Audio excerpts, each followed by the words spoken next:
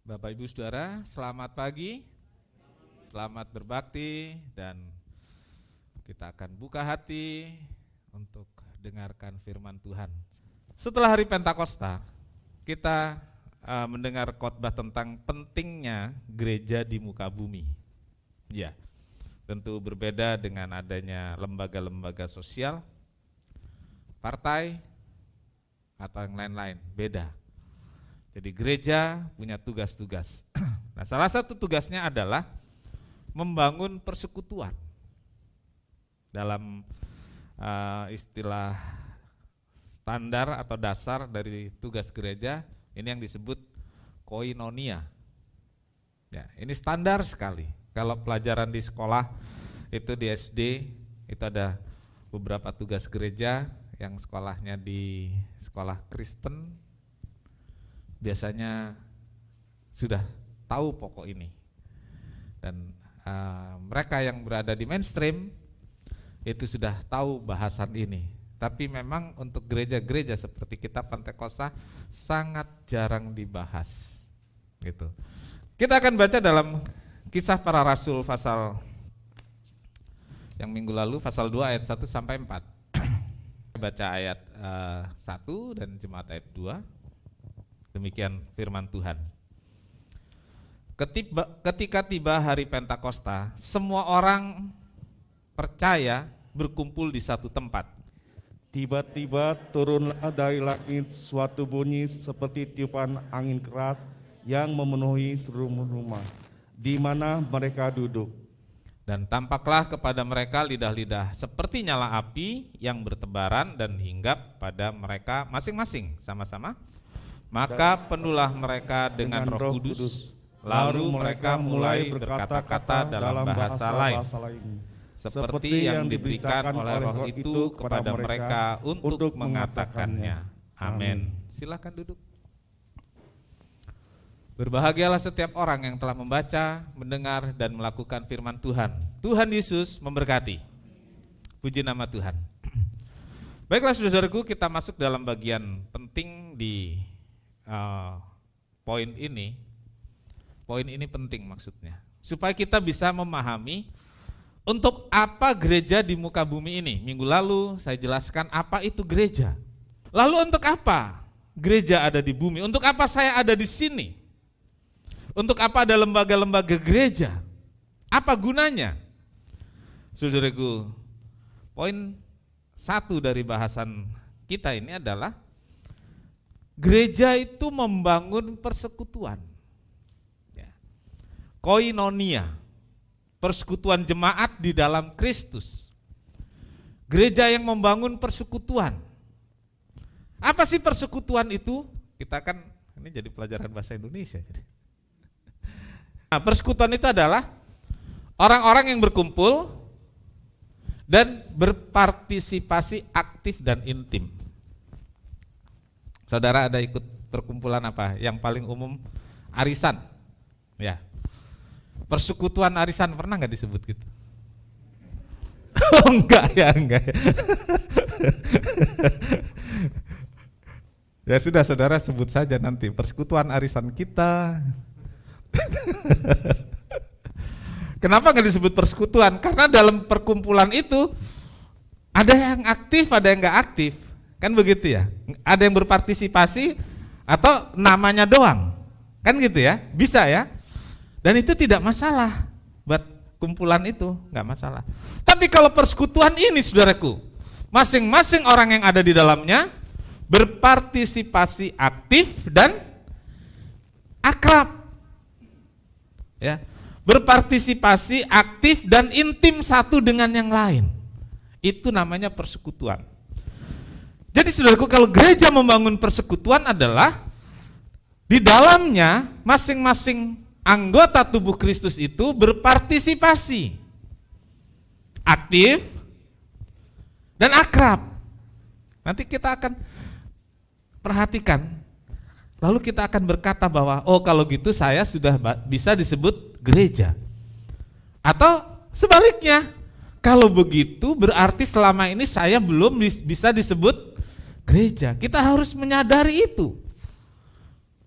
Dalam lagu pujian di mainstream tuh, saudaraku, ada pujian begini, saya nggak terlalu hafal, tapi kalimatnya saya tahu. Aku gereja,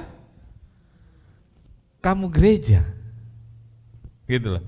Aku gereja, kamu gereja. Kita semua adalah gereja. Saudaraku, disebut gereja karena adalah satu tubuh. Kristus adalah kepala, itu namanya gereja. Artinya saudaraku, masing-masing orang percaya yang adalah tubuh Kristus berperan aktif dan intim. Oke, di poin ini saudaraku, saudara mulai periksa diri sendiri. Disebut gereja adalah masing-masing orang percaya yang adalah tubuh Kristus itu berperan aktif dan intim. Ayo, apakah kita sekarang sudah berperan aktif di gereja? Berperan akrab di gereja? Menjadi intim satu dengan yang lain? Atau LG? LG itu ini saudaraku, merek AC. Saudara tahu LG? Lu gue. Kalau saudara masih seperti itu, saudara belum bisa disebut gereja, karena masih LG. Gitu. Tidak berpartisipasi dan berperan sebagai membangun hubungan intim. Tidak bersekutu namanya itu. Nah, aktif dan intim baik dalam relasi orang percaya dengan Tuhan, saya dengan Tuhan. Itu harus aktif, saudaraku. Harus intim. Bagaimana sih intim dengan Tuhan? Orang Pantai Kosta kayaknya nggak perlu diajarin ya. Kadang-kadang si jemaat kan lebih suci dari pendetanya, lebih intim, lebih akrab gitu, saudaraku. Iya. Jadi antara orang-orang percaya itu dengan Tuhan, lalu antara sesama orang-orang percaya. Jadi akrab dan intim, berperan aktif tadi, partisipasi. Saya dengan Tuhan, saya dengan sesama. Sesama itu dibatasi pada orang-orang percaya. Lebih sempit lagi, sesama tubuh Kristus yang dalam satu kumpulan atau anggota gereja. Gitu. Saudara ke gereja tapi nggak berperan aktif di gereja, terus saudara bilang, tapi saya sama tetangga akrab loh, gitu. Ya itu belum bisa gereja, saudaraku, belum bisa disebut gereja. Nah, bagaimana jika hanya percaya pada Tuhan tetapi tidak bersekutu dengan sesama orang percaya? Tadi sudah sebagian dijelaskan. Tidak bisa disebut gereja karena hanya saya dengan Tuhan. Pernah nggak saudara dengar ada orang bilang, kalau saya sebagai pendeta sering, saudaraku, saya di rumah juga tetap baca Alkitab, berdoa, yang penting kan saya dengan Tuhan. Saudara pernah nggak dengar ada orang yang begitu? Kalau Pak Pendeta dengar orang ngomong gitu, biasanya ini jemaat yang ngambek, saudaraku. Atau orang Kristen yang sakit hati pada gerejanya. Lalu saya ajakin ke gereja, jawabannya itu, biar nggak ke gereja, saya tetap percaya Tuhan, saya berdoa, saya beribadah. Kalau sekarang menang, saudaraku, karena ada ibadah online. Pendeta kalah di sini, saudaraku, sekarang. Tidak bisa disebut gereja sebab tubuh Kristus itu banyak. Jadi akrab dan intim itu harus terjadi sesama anggota jemaat. Sebab tubuh Kristus itu kan, anggota tubuh Kristus itu banyak, bukan satu. Kalau hanya satu diri saudara sendiri, namanya itu potongan, penggalan. Saudara pernah lihat ada potongan tangan di satu tempat gitu? Kalau pernah, saudara pasti sudah lari, ketakutan, dan jadi trauma, saudaraku. Dan ada banyak orang Kristen yang hanya penggalan, potongan saja, dan itu menakutkan orang yang lain, saudaraku. Iya, serem itu, saudaraku. Atau sebaliknya, yang penting saya dengan sesama orang percaya. Kelihatan, pencitraan, yang penting kelihatan lah, saudaraku. Kalau seperti itu juga tidak bisa disebut gereja, karena gereja itu saya dengan Tuhan dan saya dengan sesamanya. Kalau dengan sesama itu ya tadi perkumpulan sosial, arisan, partai misalnya, bisa. Nah saudaraku, hari ini ada perjamuan kudus. Perjamuan kudus ini menggambarkan persekutuan yang terjadi antara Kristus dengan jemaatnya. Perjamuan kudus ini menggambarkan gereja yang sesungguhnya. Persekutuan antara Kristus dengan jemaatnya dan antara jemaat yang satu dengan jemaat yang lain. Bagaimana mungkin itu terjadi? Kristus, tubuhnya Kristus dipecah-pecahkan. Kan bahasanya seperti itu.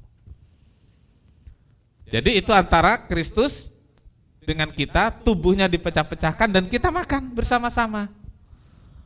Pendeta berkata, bukankah roti yang kita angkat ini adalah tubuh Kristus? Dan jemaat menjawab? Coba jemaat menjawab? Artinya yang kita makan itu adalah tubuh Kristus. Kenapa bisa menjadi persekutuan satu dengan yang lain? Tubuh itu satu, dipecah-pecahkan, dimakan. Yang saya makan, bagian yang saya makan sama dengan yang saudara makan.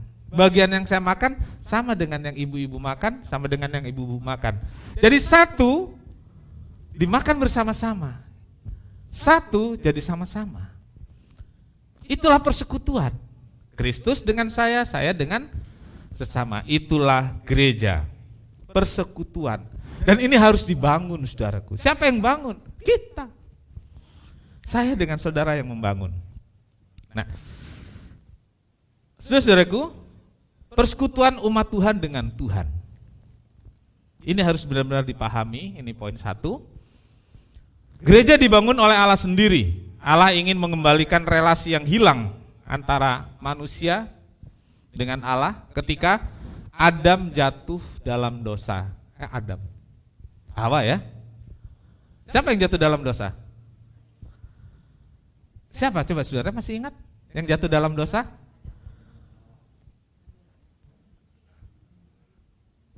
Tadi ibu-ibu dia sebut Adam, nggak ngaku tuh. Yang bapak-bapak sebut Hawa. Memang begitulah saudaraku, kita ini kalau ada kesalahan ya selalu lempar kesalahan pada yang lain. Makanya dalam catatan saya tuliskan ketika Adam dan Hawa jatuh dalam dosa, itu pun masih salah, saudaraku. Seharusnya Hawa dan Adam. Yang perempuan nggak mau, biasanya pria duluan. Ya, Adam dan Hawa, manusia jatuh dalam dosa, hubungannya dengan Allah terputus. Allah mulai dengan memberikan namanya Taurat supaya manusia bisa mendekati Allah. Berhasil? Tidak. Satu kesalahan membuat seluruh hukum dilanggar. Ada 10 hukum, satu tidak dipatuhi, berarti semua gagal. Dengan Taurat, dengan aturan, dengan hukum, manusia gagal mendekati Allah. Jadi kalau saudara mau beradu taat, beradu korban, saudara gak bisa deketin Allah.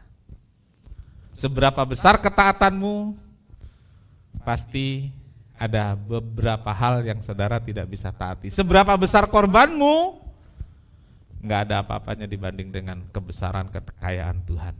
Kita nggak bisa dekati Allah dengan itu semua. Lalu Allah membuat satu pola yang baru, yaitu dengan memberikan anaknya yang tunggal kepada manusia, dan disebut itu anugerah. Apa saudaraku? Anugerah. Katakan sama-sama, anugerah. Apa itu anugerah? Anugerah itu diberikan kepada orang yang memang tidak layak, itu anugerah. Kalau saudara merasa layak dengan ketaatanmu, dengan korbanmu, dengan kesetiaanmu, saudara merasa layak untuk dapat anugerah, justru saudara tidak akan pernah mendapat anugerah. Jadi anugerah itu diberikan kepada orang yang tidak layak. Saya merasa tidak layak. Saya orang berdosa. Saya orang yang jahat. Saya orang hatinya kotor. Saya keras kepala. Dan saya datang pada Tuhan. Tuhan berikan anugerah. Pengampunan, keselamatan, berkat, anugerah. Manusia nggak bisa dekati Allah dengan Taurat. Tapi Allah bisa mendapatkan saudara dan saya karena anugerah. Amin. Karena anugerah Tuhan dapatkan saya dan saudara. Dan melalui Yesus inilah gereja dibentuk dan dibangun. Matius 16 ayat 18.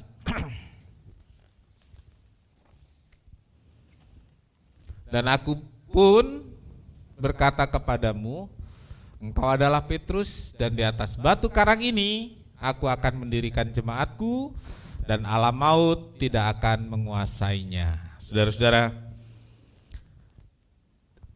inilah rencana Allah untuk membentuk gereja. Disampaikan setelah Petrus menjawab pertanyaan Tuhan. Menurutmu Petrus, siapa aku ini? Karena menurut ahli Taurat, menurut orang Farisi, menurut masyarakat, Yesus itu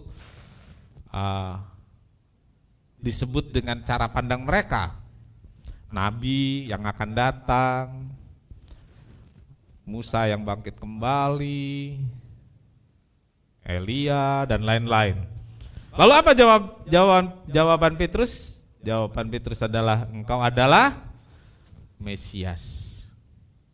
Ini jawaban yang dikaruniakan Allah kepada Petrus. Engkau adalah Mesias. Dan ketika itu jawaban yang diberikan, maka Yesus berkata, di atas batu karang ini aku akan mendirikan jemaat. Batu karang itu bukannya Petrusnya, tapi jawabannya itu. Di atas jawaban Petrus yang Yesus adalah Mesias, Allah membangun jemaat. Jadi bukan di atas Petrus, saudaraku. Di atas pengakuan bahwa Yesus itu adalah Mesias. Sekali lagi saya katakan, bukan di atas Petrusnya, tapi di atas pengakuan Petrus yang adalah Yesus adalah Mesias. Allah membangun jemaatnya. Lalu dilanjutkan melalui kematian Yesus di salib, kebangkitannya, dan pencurahan Roh Kudus. Dalam pembacaan di awal, Kisah Rasul 2 ayat 1 sampai 4, itulah awal berdirinya gereja. Ya. Allah memanggil orang-orang untuk bersekutu dengan Dia. Jadi kita dengan Allah itu, kita ini dipanggil, saudaraku. Kita dipanggil untuk bersekutu. 1 Korintus 1 ayat 9. 1 Korintus 1 ayat 9. Allah yang memanggil kamu kepada persekutuan dengan anaknya Yesus Kristus, Tuhan kita adalah setia. Jadi di sini saudaraku, Allah yang memanggil saya dan saudara pada persekutuan anaknya. Melalui anugerah, pekerjaan Yesus Kristus, menjadi pengalaman pribadi kita dipanggil untuk menjadi gereja. Kita dipanggil untuk masuk dalam persekutuan dengan anaknya. Inilah gereja, saudaraku. Kita menjadi satu dengan Yesus Kristus. Yang kedua, saudaraku, persekutuan sesama umat Tuhan. Ya, persekutuan sesama umat Tuhan. Seorang tidak dapat disebut gereja jika hanya percaya dan bersekutu dengan Tuhan. Enggak bisa disebut gereja. Sekali lagi, kalau hanya saya dengan Tuhan, saudara mau menyanyi, memuji Tuhan, baca Alkitab, dengerin khotbah apa, tapi di rumah saudara sembunyi, lalu saudara tidak kumpul dengan sesama umat Tuhan, juga tidak bisa disebut gereja. Disebut gereja karena kita dengan Tuhan dan kita dengan sesama berkumpul bersama untuk melakukan satu peribadatan, melakukan satu hal-hal yang berkait dengan pekerjaan Tuhan dan kehidupan sosial bersama-sama. Kisah Rasul 4 ayat 32 sampai 35. Kisah Rasul 4 ayat 32, adapun kumpulan orang yang telah percaya itu, mereka sehati dan sejiwa. Dan tidak seorang pun yang berkata bahwa sesuatu dari kepunyaannya adalah miliknya sendiri, tetapi segala sesuatu adalah kepunyaan mereka bersama. Dan dengan kuasa yang besar, rasul-rasul memberi kesaksian tentang kebangkitan Tuhan Yesus, dan mereka semua hidup dalam kasih karunia yang berlimpah-limpah. Sebab tidak ada seorang pun yang berkekurangan di antara mereka, karena semua orang yang mempunyai tanah atau rumah menjual kepunyaannya itu, dan hasil penjualannya itu mereka bawa dan mereka letakkan di depan kaki rasul-rasul, lalu dibagi-bagikan kepada setiap orang sesuai dengan keperluannya. Cara hidup jemaat mula-mula, inilah yang ditulis dalam Kisah Rasul pasal 4, menunjukkan hidup berkoinonia. Koinonia telah menjadi gaya hidup. Koinonia telah menjadi model kehidupan bergereja pada masa itu. Dan koinonia inilah yang menjadi model gereja sepanjang sejarah gereja sampai hari ini. Dan seterusnya. Cara hidup yang bagaimana? Ini saudaraku, ada persekutuan atau persaudaraan. Jadi persekutuannya itu sampai pada persaudaraan. Kalau kita punya nyanyian, dalam Kristus kita bersaudara. Benarkah gereja memang satu sama lain harus bersaudara? Tapi benarkah? Kalau bersaudara itu kan sering kumpul gitu ya. Kalau saudara nggak pernah kumpul bisa dibilang saudara? Tetap kalau namanya darah, tetap saudara. Tapi saudara yang satu itu gitu. Saudara pernah begitu kan ke orang lain ya? Jangan-jangan kita dibegitukan orang lain loh. Saudara yang satu itu. Tapi itu tidak pernah terjadi di gereja. Kenapa? Karena pemahamannya enggak sampai. Gitu ya. Masih taraf LG saudaraku. Lulu gue. Iya. Kalau yang melayani ini L4. Lu lagi.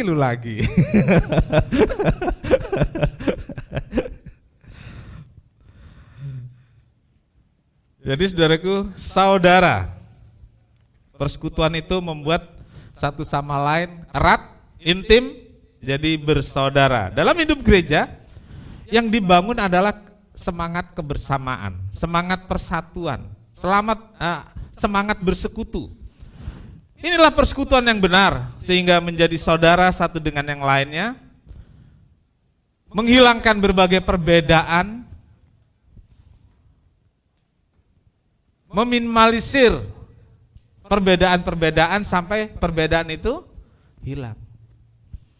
Kalau ada masalah, kita kan beda pendapat. Kalau masalah yang besar ya dikecilkan lah. Kalau yang kecil, dibesarkan. Ya enggak lah, yang kecil anggap aja. Paling susah itu ngomongin saudaraku. Paling sulit. Ya udahlah. Bener ya? Mudah enggak sih saudara kalau ada masalah terus ngomong, ya udahlah. Anggap aja. Enggak ada. Bisa enggak saudaraku? Gampang atau sulit?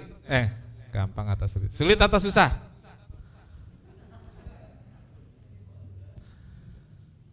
Sulit atau sukar?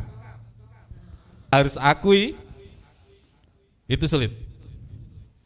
Sulit dan susah. Sulit melakukannya dan membuat perasaan jadi sedih, susah. Dari sulit dan susah. Sulit sama susah itu beda loh saudaraku. Tapi kita sudah biasa bicara itu seolah-olah sama. Kalau yang sekolah siapa sini? Gini. Ngerjain matematik sulit atau susah? Pasti bilangnya susah. Susah itu perasaan. Kalau sulit itu tindakan. Ngomong ya udahlah itu mencakup tindakan dan perasaan. Ya sudahlah.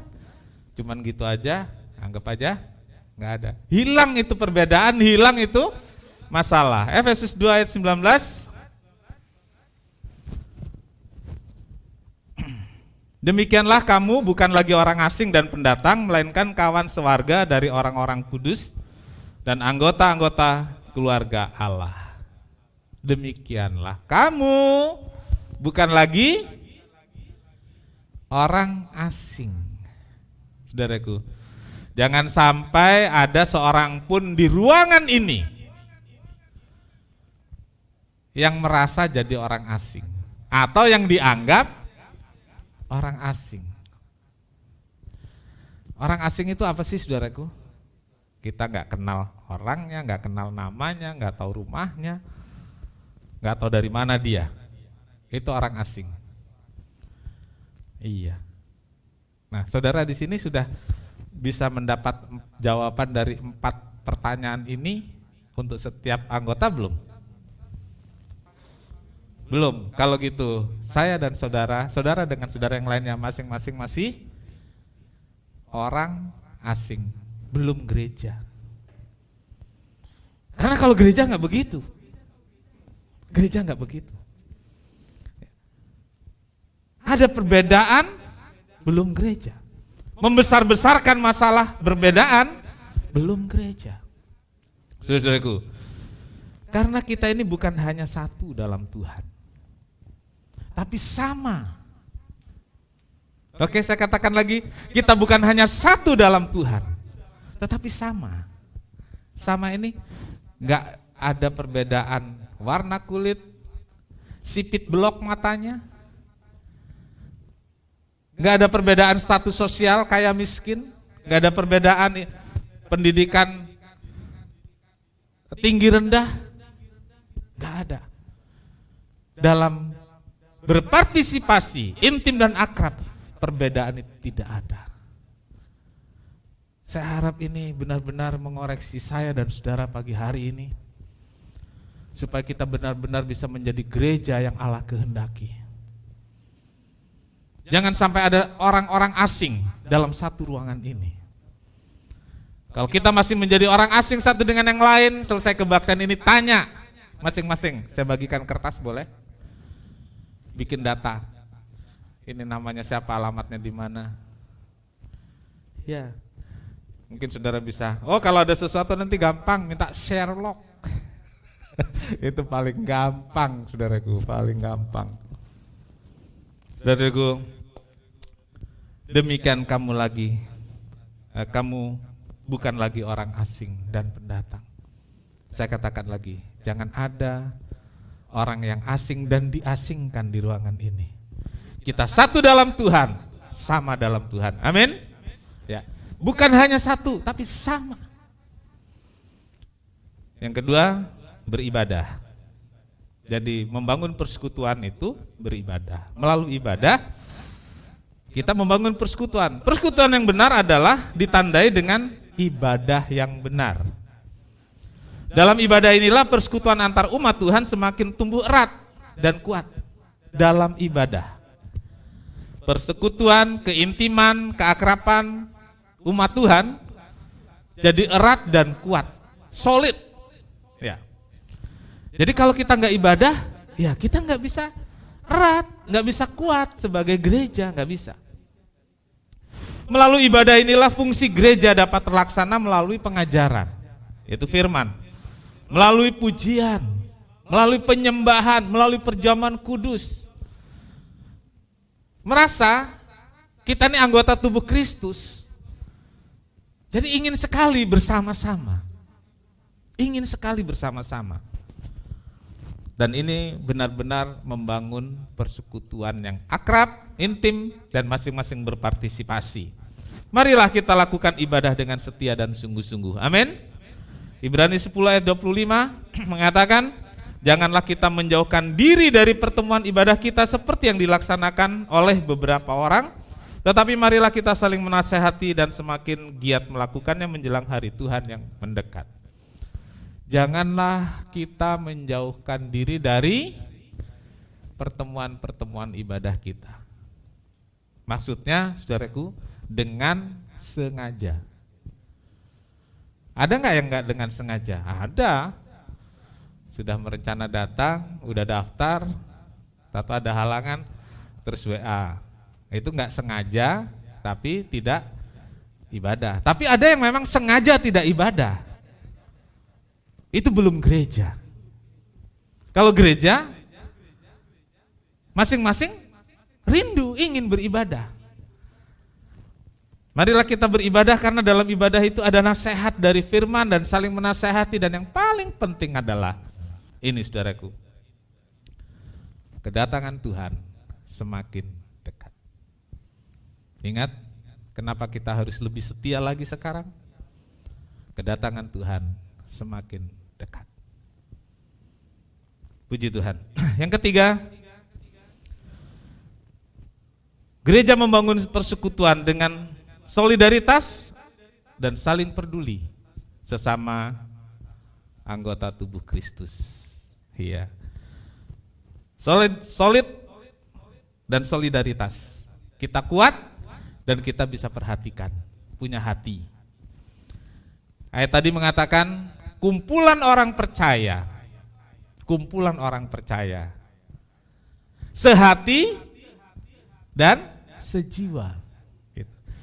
Jadi kumpulan orang percaya itu harus sehati dan sejiwa, baru bisa saling peduli. Yang terjadi adalah mungkin sekali kumpul tapi nggak sehati. Bisa nggak? Kumpul tapi nggak sehati. Bisa atau tidak? Banyak.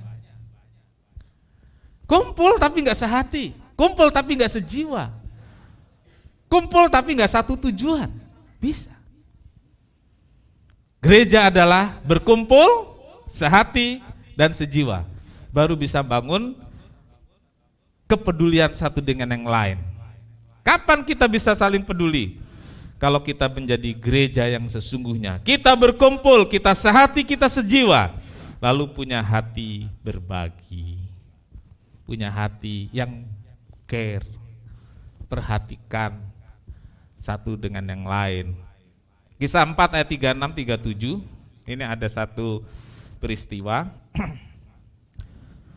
Demikian pula dengan Yusuf yang oleh rasul-rasul disebut Barnabas, artinya anak penghiburan, seorang Lewi dari Siprus. Ia menjual ladang miliknya, lalu membawa uangnya itu dan meletakkannya di depan kaki rasul-rasul. Saudara-saudara, Yusuf Barnabas ini orang Lewi tapi tinggal di Siprus, perantau ini saudaraku.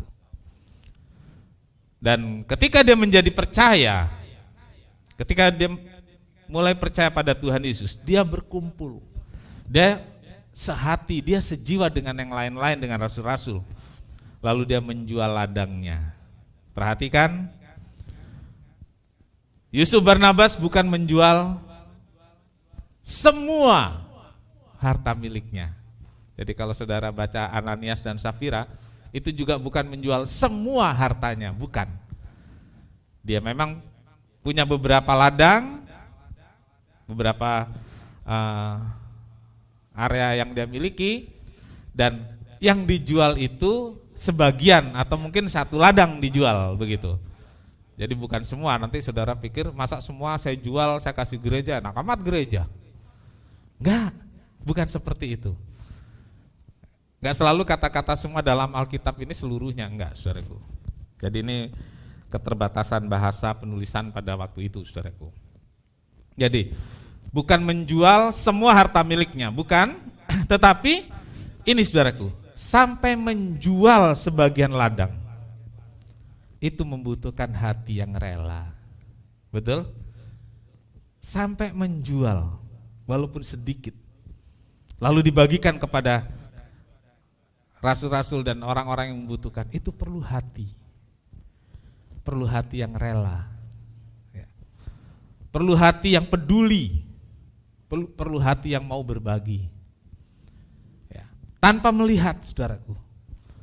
Tanpa melihat ini dan itu. Memberi dengan tangan kanan, jangan diketahui tangan kiri. Oh iya Pak Pendeta, saya memberi dengan tangan kanan, tangan kiri enggak saya tahu. Tapi di sosmed di foto-foto, kan gitu ya. 2 Korintus. Saya bacakan demikian. Firman Tuhan. Karena kamu telah mengenal kasih karunia Tuhan kita Yesus Kristus, bahwa Ia yang karena kamu menjadi miskin sekalipun Ia kaya, supaya kamu menjadi kaya oleh karena kemiskinannya. Saudara-saudara, gereja di bumi ada karena kerelaan dan kepedulian Yesus Kristus. Marilah kita belajar kerelaan dan kepedulian dari Yesus Kristus, yang walaupun ia kaya, ia rela jadi miskin, memberi hidupnya untuk saya dan saudara, supaya saya dan saudara jadi gereja, supaya kita semua jadi gereja. Dan ketika kita menjadi gereja, marilah kita juga menjadi seperti Yesus, yang punya kerelaan, berbagi, peduli terhadap sesama, terhadap pekerjaannya di bumi ini. Tuhan menolong kita sehingga kita benar-benar menjadi gereja yang punya arti di bumi ini sekarang, esok, dan selamanya. Amin. Tuhan memberkati.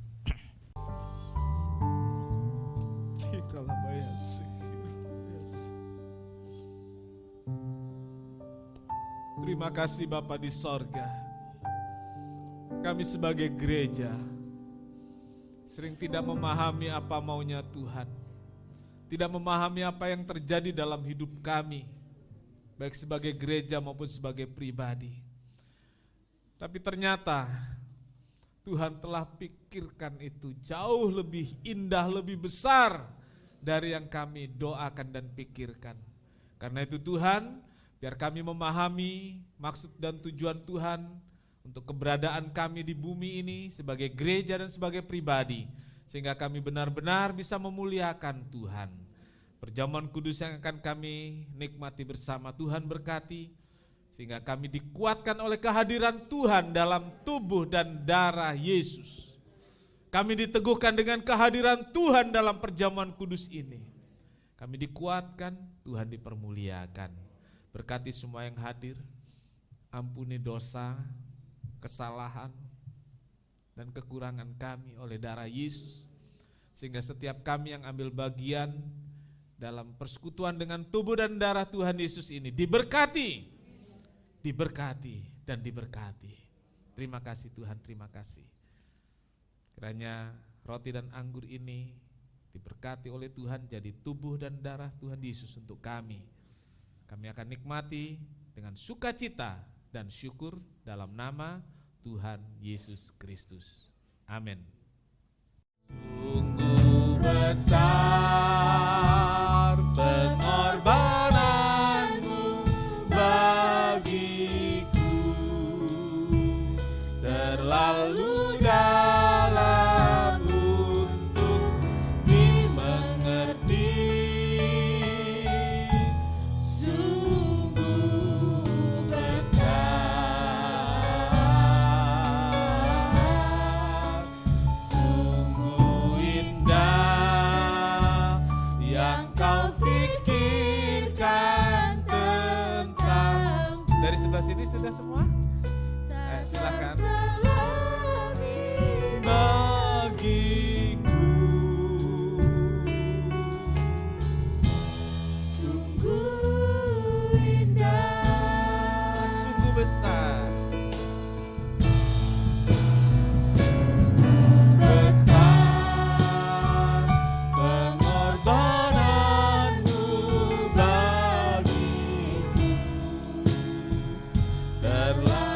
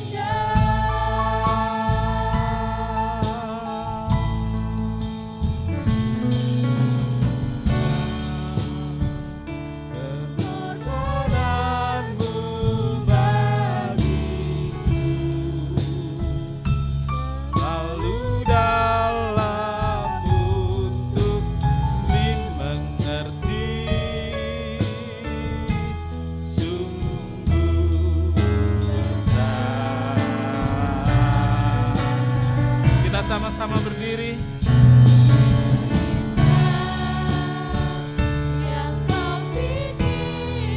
Tuhan memikirkan yang indah, yang terbaik untuk kita sebagai gereja dan sebagai pribadi. Indah, sungguh indah. Indah, sungguh indah.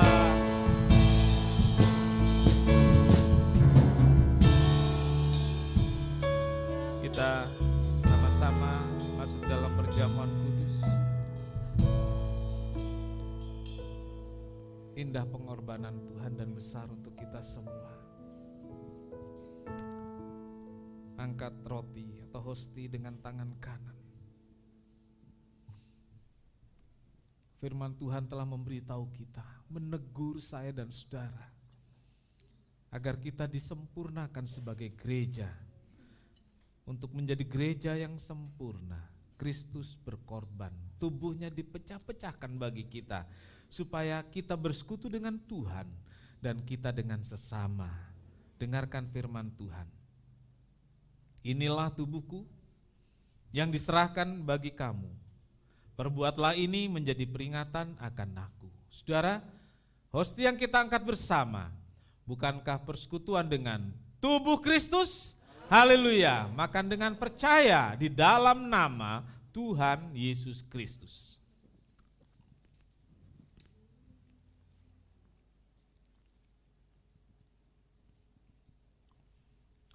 Angkat cawan. Darahnya mengalir dari sekujur tubuhnya, supaya saya dan saudara menjadi satu dengan Tuhan, dan kita semua menjadi satu sama lain karena darah Tuhan Yesus Kristus. Dengarkan firman Tuhan. Cawan ini adalah perjanjian baru yang dimeteraikan oleh darahku. Perbuatlah ini setiap kali kamu meminumnya menjadi peringatan akan daku. Saudara, cawan yang kita angkat bersama, bukankah persekutuan dengan darah Yesus? Haleluya. Minum dengan percaya di dalam nama Tuhan Yesus Kristus.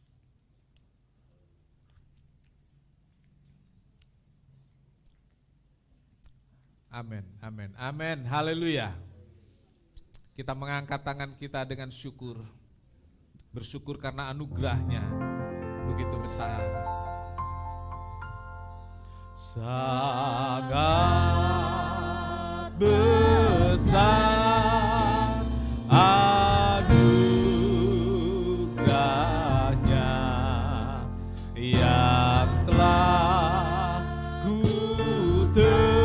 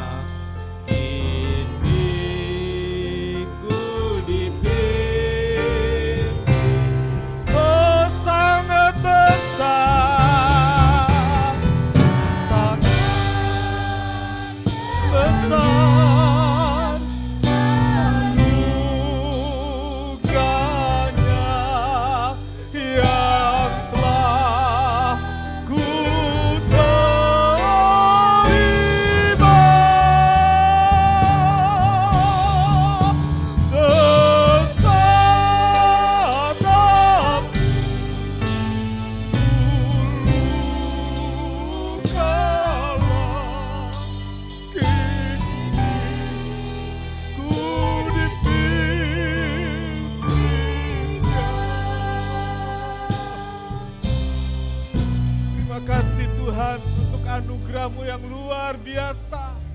Kami yang dulu sesat terhilang, Tuhan angkat kami, Tuhan temukan kami di semak belukar kotor, di lumpur dosa. Dan kami dijadikan gereja oleh karena darah Yesus. Kami dijadikan satu pribadi yang mulia, berharga di mata Tuhan. Terima kasih Tuhan.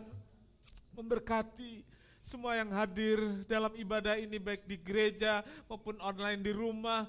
Tuhan, biarlah berkat Tuhan turun atas kami damai sejahtera, sukacita penuh atas kami.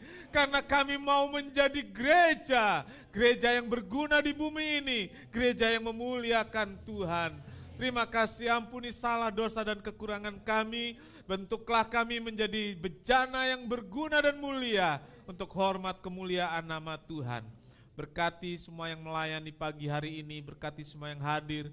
Tuhan memberkati anak-anak-Mu yang telah memberikan persembahan korban, baik untuk pekerjaan Tuhan maupun untuk kelangsungan pelayanan di tempat ini. Tuhan memberkati anak-anak yang berikan persepuluhan dari sorga. Tuhan buka pintu berkat melimpah pada setiap pribadi, setiap keluarga. Tuhan dipermuliakan. Terima kasih. Bibit kami pulang dengan sukacita, menikmati hari ini bersama keluarga, menikmati hari ini dengan damai sejahtera, sehingga Tuhan Yesus dipermuliakan dalam hidup kami. Terima kasih Tuhan Yesus. Tuhan memberkati engkau dan melindungi engkau. Tuhan menyinari engkau dengan wajah-Nya dan memberi engkau damai sejahtera dan penuh kasih karunia. Tuhan menghadapkan wajah-Nya kepadamu, memberi engkau damai sejahtera. Sekarang saudara, terimalah berkat dan damai sejahtera dari Allah Bapa, kasih karunia dari Tuhan Yesus serta persekutuan Roh Kudus serta kita sekarang sampai selamanya. Ini doa kami Tuhan yang kami alaskan dalam satu nama, yaitu di dalam nama Tuhan Yesus Kristus Juru Selamat dan Penebus kami berdoa. Bapa kami yang di sorga, dikuduskanlah namamu, datanglah kerajaan-Mu, jadilah kehendak-Mu di bumi seperti di sorga. Berikanlah kami pada hari ini makanan kami yang secukupnya, dan ampunilah kami akan kesalahan kami, seperti kami juga mengampuni orang yang bersalah kepada kami. Dan janganlah membawa kami ke dalam pencobaan, tetapi lepaskanlah kami daripada yang jahat. Karena Engkaulah yang punya kerajaan dan kuasa dan kemuliaan sampai selama-lamanya. Amin.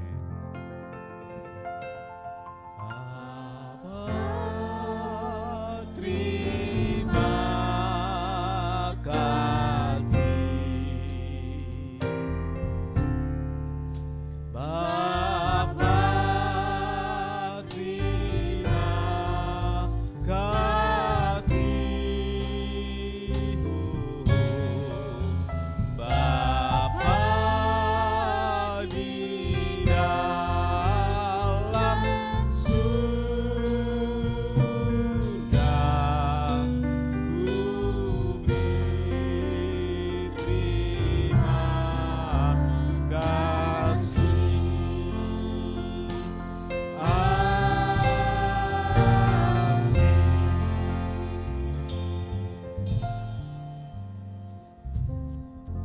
Sekian kebaktian, Tuhan Yesus memberkati.